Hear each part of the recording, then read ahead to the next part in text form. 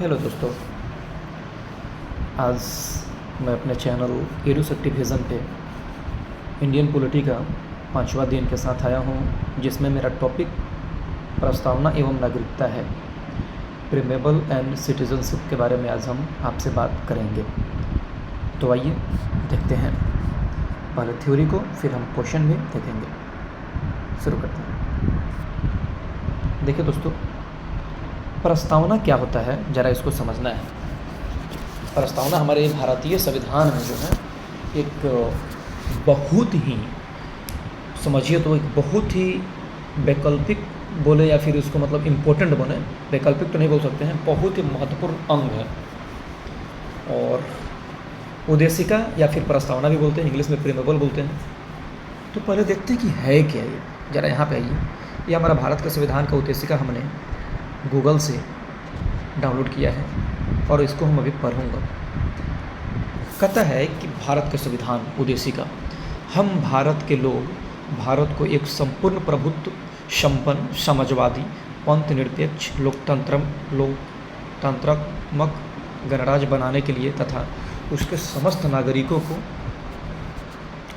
सामाजिक, आर्थिक एवं राजनीतिक न्याय, विचार, अभिव्यक्ति, विश्वास, धर्म और उपासना की स्वतंत्रता, प्रतिष्ठा और अवसर की क्षमता प्राप्त कराने के लिए तथा उन सब में व्यक्ति की गरिमा और राष्ट्र की एकता और अखंडता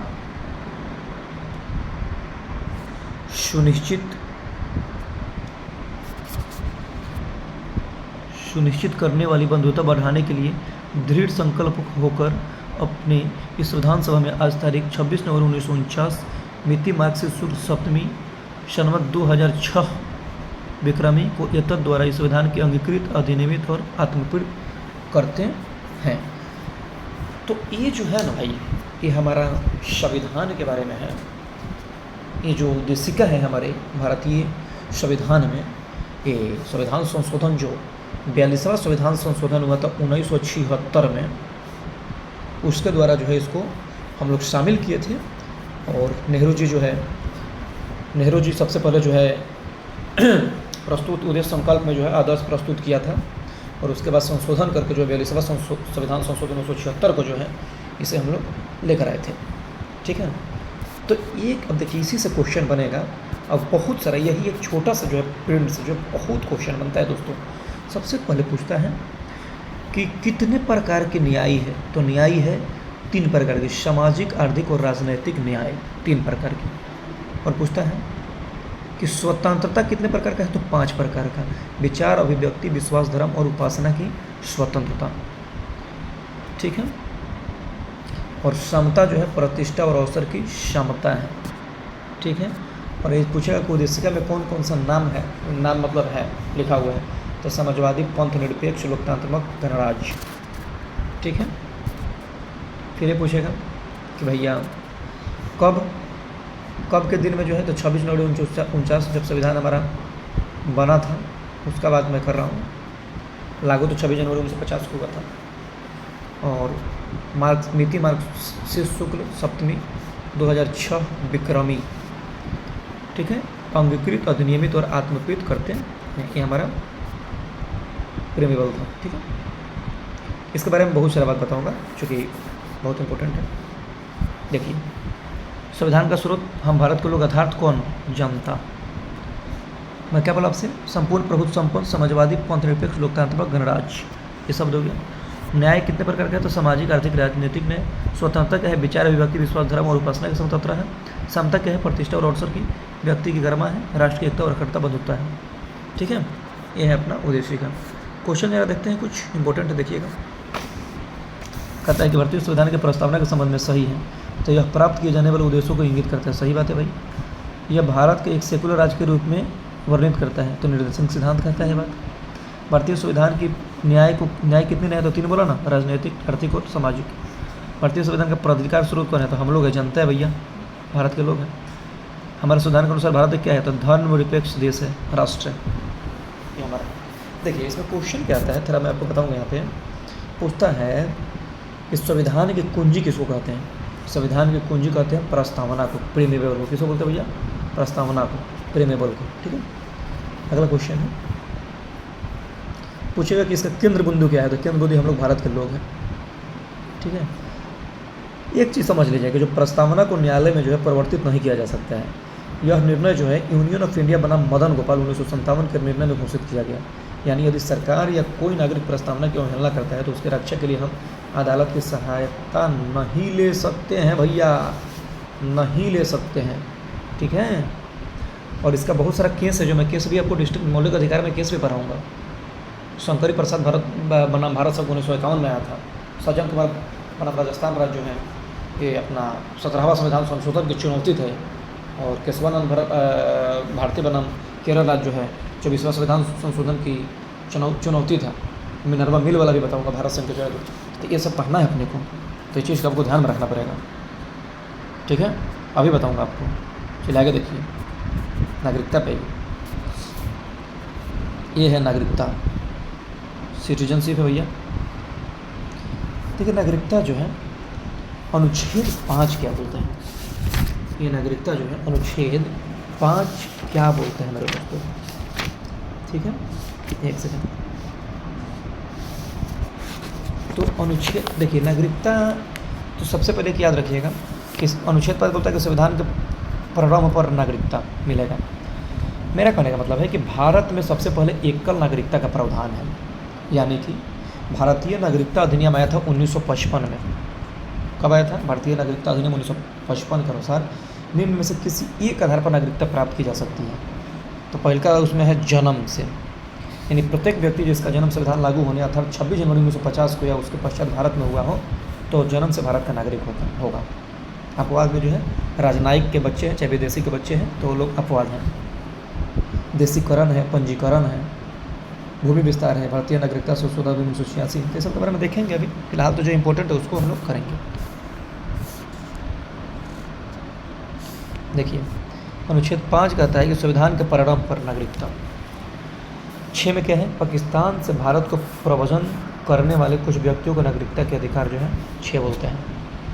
7 में क्या है कि पाकिस्तान को प्रव्रजन करने वाले कुछ व्यक्तियों के नागरिकता के अधिकार। अपना 8 में क्या है कि भारत के बाहर रहने वाले भारतीय उद्योग के कुछ व्यक्तियों को नागरिकता के अधिकार, जो बाहर रह रहे हैं लेकिन अपना काम जो है हर चीज़ वर्क जो है इंडिया का कर रहे हैं। ठीक है, 9 के पर देखिएगा। 9 जो है विदेशी राज्य की नागरिकता स्वेच्छा से अर्जित करने वाले व्यक्तियों का नागरिक न होना। विदेशी राज्य की नागरिकता स्वेच्छा से अगर आप कर लेते हैं तो कहाँ रह जाएंगे, नागरिकता अब तो छीन जाएगी इंडिया में। तो अनुच्छेद 9 कहते हैं। अनुच्छेद 10 जो है नागरिकता के अधिकारों का बना रहना है। क्या क्या अधिकार है वो? संसद द्वारा नागरिकता के अधिकार का विधि द्वारा विनियमन किया जाना। संसद ने इसे अनुच्छेद द्वारा प्रदत्त सत्यों के प्रयोग करना दिया 1955 में। वही जो नागरिकता अधिनियम आया था 1955 में, तो अनुच्छेद 11 बोलते हैं, इंपॉर्टेंट नहीं है। चलिए आगे देखिए। भारतीय संविधान में नागरिकता से संबंधित भाग क्या है? तो भाग क्या है बताइए आप लोग, कौन सा भाग है भाई? तो भाग 2 है। कितना है? तो भाग 2 है। अनुच्छेद कितना से कितना है भैया? अनुच्छेद कितना से कितना है? तो 5 से 11। कितना से कितना है? तो 5 से 11, भाग 2। ओके, अगला क्वेश्चन कि भारत के संविधान द्वारा इस प्रकार की नागरिकता प्रदान की। एकल नागरिकता हम तो बताए ही थे आपको। और भारतीय नागरिकता कौन दे सकता है भैया? तो भारत के राष्ट्रपति साहब दे सकते हैं। अभी हमारे आदरणीय द्रौपदी मुर्मू जी हैं। ठीक है, तो ये हमारा आज का टॉपिक था। एक छोटा टॉपिक था लेकिन ये इम्पोर्टेंट है, इसको आपको याद रखना है। अब जो हमारा अगला टॉपिक है फंडामेंटल राइट के बारे में आएगा। चलिए उसको देखते हैं, फंडामेंटल राइट को थोड़ा सा देखते हैं, समझते हैं क्या है। ठीक है, देखिए मौलिक अधिकार है फंडामेंटल राइट। मौलिक अधिकार से संबंधित सर्वोच्च न्यायालय का निर्णय केस के बारे में देखिए। शंकरी प्रसाद बनाम भारत संघ 1951 में। सबसे पहले याद रखिएगा भैया, पूछेगा कि शंकरी प्रसाद वर्सेस भारत संघ कब आया था? बताइए आप लोग, कब आया था? तो 1951 में। कब आया था? 1951 में। तो प्रथम संविधान संशोधन की चुनौती दिया गया था। क्या बोलता है इसमें कि न्यायालय ने संसद के द्वारा मौलिक अधिकारों में संशोधन के अधिकार को स्वीकृत दी। तो बस इसे यही इंपॉर्टेंट है कि प्रथम संविधान संशोधन की चुनौती कौन दिया था? तो शंकरी प्रसाद बनाम भारत संघ 1951 में। ठीक है, नेक्स्ट सज्जन कुमार बनाम राजस्थान। 17वें संविधान संशोधन की चुनौती था न्यायालय के शंकरी प्रसाद वाद के निर्णय को अनुमोदन किया था? गोलकनाथ बनाम, ये बहुत इंपॉर्टेंट है भाई, BBI है। गोलकनाथ बनाम पंजाब राज्य 1967 में कब आया था? तो 1967 में। न्यायालय ने 6/5 से पूर्व निर्णय को उलट कर निर्णय दिया कि संसद के मौलिक अधिकारों का संशोधित करने की शक्ति नहीं है। इसमें ये बोल दिया गया था शक्ति नहीं है, बोल दिया इसमें, ठीक है। केशवानंद भारती बनाम केरल राज्य 24वां संविधान संशोधन की चुनौती था और पूछेगा कब आया था? तो ये आया था 1973 में, ठीक है, 1973 में। एक सेकंड ज़रा मैं यहाँ पे देखूँगा।